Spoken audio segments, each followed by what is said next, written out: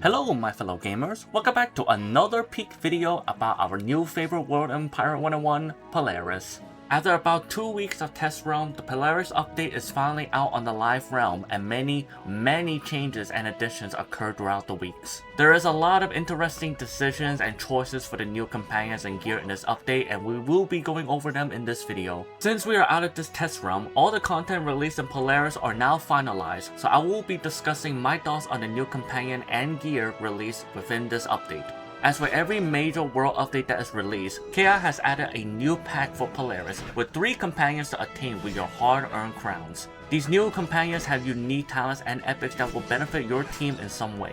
Unfortunately, we only have 3 companions in this pack compared to the usual 5. We have a new Witch Doctor, Swashbuckler, and Buccaneer in the pack. I guess there is no Privateer in the pack because we did get Oleg as the universal Privateer companion in Polaris that everyone gets, and no Musketeer in the pack because Musketeers are boring and stupid and OP or, some other reason. I don't know, man. I mean, we do have the Hugo companion from the Polarium bundle, so technically that's all the class companions in Polaris, but you'll be the judge. Anyway, let's go over the 3 companions from the pack. Let's start out with the Witch Doctor Bear, as this is one of the few companions that is a melee Witch Doctor. That is blasphemous! He has melee epics like Cheap Shot, Relentless, and Avenger Strike, but he also has a new unique epic called Chilling Embrace. This new epic allows him to slow down any enemy's movement around him by 25%. This epic can reach up to level 3, with the second level increasing the 25 to 50%, and the level 3 allows him to also remove one positive effect. In fact, this companion gimmick is all about removing buffs with his attacks. All of his powers has some form of removing one buff, with Freeze Out also applying no healing effect for 5 rounds. As this is a melee Witch Doctor, he also can train Shadow Step to close into enemies, in which he can fully utilize his Chilling Embrace epic and his powers.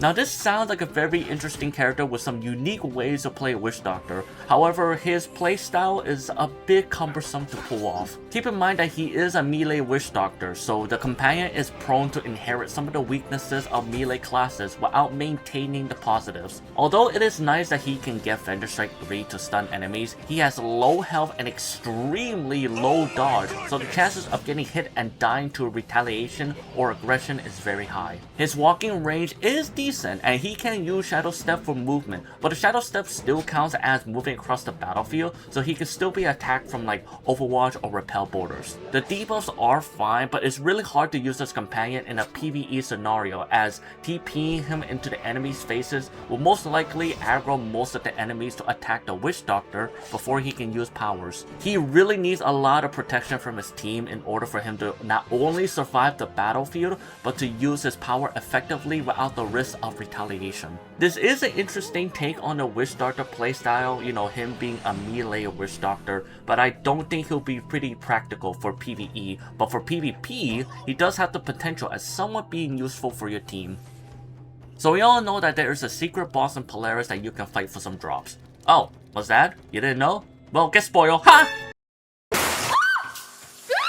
So KI has decided to add the Yeti into this Polarium pack. He is a swashbuckler companion that focuses towards punishing your enemies from running away from him like the cowards they are. He has 2 crit buffs and a solid damaging AoE, but his main powers are his epics. He can run Relentless, First Strike, and funny enough follow through, but he does have Cheap Shot. As a swashbuckler, Cheap Shot is really not that great, but this is one of the few companions where I would recommend Cheap Shot 3 because of his new epic he can also train, Predation. Predation is similar to Cheap Shot, except he will retaliate with an AoE instead. Both Cheap Shot and Predation can be triggered at the same time, which punishes heavily on enemies who would think twice to disengage from the Yeti. Predation can also reveal hidden enemies at rank 3 as well. I want to live! I want to live! This companion is good, but it excels if you can provide him with a hide, as enemies passing through the Yeti will be met with heavy attacks without even realizing it. As a swashbuckler, he can dodge many attacks because of his stats and retaliation if necessary with First Strike. He can't get Blaze Storm, which is a shame for chaining potential, but he's still a solid swashbuckler for damage. He does remind me of the Unicorn swashbuckler from the Valencia pack, which has a similar playstyle of rushing in and dealing utility, but the Yeti has the added bonus of chaining epics. You know, I find it hard to believe that somebody as big, beefy, meaty as the Yeti is a swashbuckler, so it's a solid companion nevertheless. Lastly, we get the Buccaneer Penguin in the pack. This companion got the most changes out of all three of them. First of all, the footage shown on screen is the Buccaneer companion before his rework, so he kinda looks underwhelming, but trust me, after the changes, he is now so good. Also, quick shout out to CBtheScare on his video showcasing the companion because I didn't have time to test it out before release. So this is a Buccaneer that you can get from the pack, which has full stop and comes with flanking 2 and hold the line. He can train to get Avenger Strike 5 like any Buccaneer should have, but what makes him quite unique is his ability to be a major tank with his new epics Demoralize and Fanatic. Both of these work in tandem with each other, as Demoralize will debuff an enemy attacking him with a reduction towards weapon and spell power, with each rank of Demoralize increasing the amount of times this can happen per turn. If that was not already pretty good, Fanatic will gain the companion 50% more armor whenever he is damaged by a debuff enemy per turn. By the way, this ability is every hit. Every time he gets hit, he will gain 50% more armor. Considering that he has a lot of armor naturally, this companion is insane for tanking. With the addition of debuffing damage powers from enemies, Fanatic gives this companion a sense of immortality. With so much armor he can gain from being hit a few times, he can become immune to physical damage values, making this companion very tough. You do have to make sure that the enemies are debuffed in order to actually gain this effect, but considering that there are many other ways to debuff enemies because you don't have to use Demoralize to debuff, this Buccaneer is a god at fulfilling the tank role in Pirate 101. You thought that this Yeti was the big, beefy, and meaty one? This penguin tender fins defines what it means to be big, beefy, and also god meaty. Now the one big thing about this companion, and specifically about Fanatic, is this is physical damage, which means magical damage like bombs, ghost rail, and even companions that for some reason uses magical instead of physical can ignore this power. But besides that, this companion is excellent in the tank role and you are facing many heavy hitters in the battlefield. Hopefully this companion will live up to the armor lifestyle and won't get countered by a single niche spell in Pirate 101, just like a particular boss in Valencia Part 3. Hey, editor, get that out of there, don't tell them.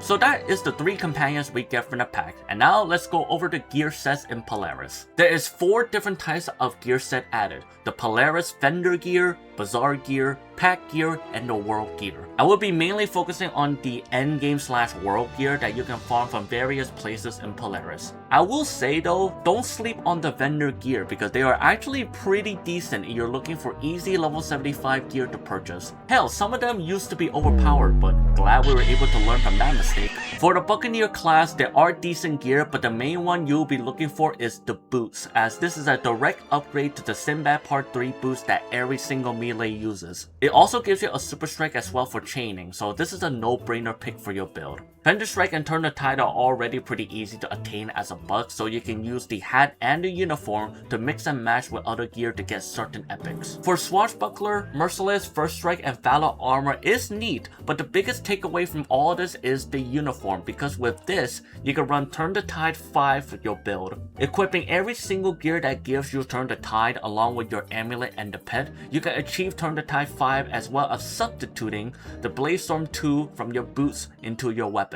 You are losing Riposte 5 or First Strike 5 depending on your pet, but Turn the Tide is just so busted, it's really hard to pass it up. Your pet does need to be very exact depending on which direction you go for achieving these level 5 epics, but Squatch has the power to do crazy chaining and damage with this new gear. When it comes to Privateer, the Hold the Line hat and the Ready Spell uniform is nice, and it's a direct replacement from previous outdated gear from years ago. Mojo Rising is nice for a little bit more chaining with ranged staffy privateers, and Rainbow Blessing is just fun to have as a power. It's solid, but honestly nothing really that game changing. For Musketeers, if you thought you were getting more and more broken, honestly, they don't really get shit from this update. The epics and powers are very mediocre because the other gear sets can provide similar if not better epics and powers than this, but I guess the double tap can be useful to mix and match. And finally, Witch Doctor, which gets some pretty decent gear with the boost, giving another way of reaching Mojo Rising 5. Soul Shroud is lackluster since you can auto-target your own companions, and Elusive on a Witch Doctor is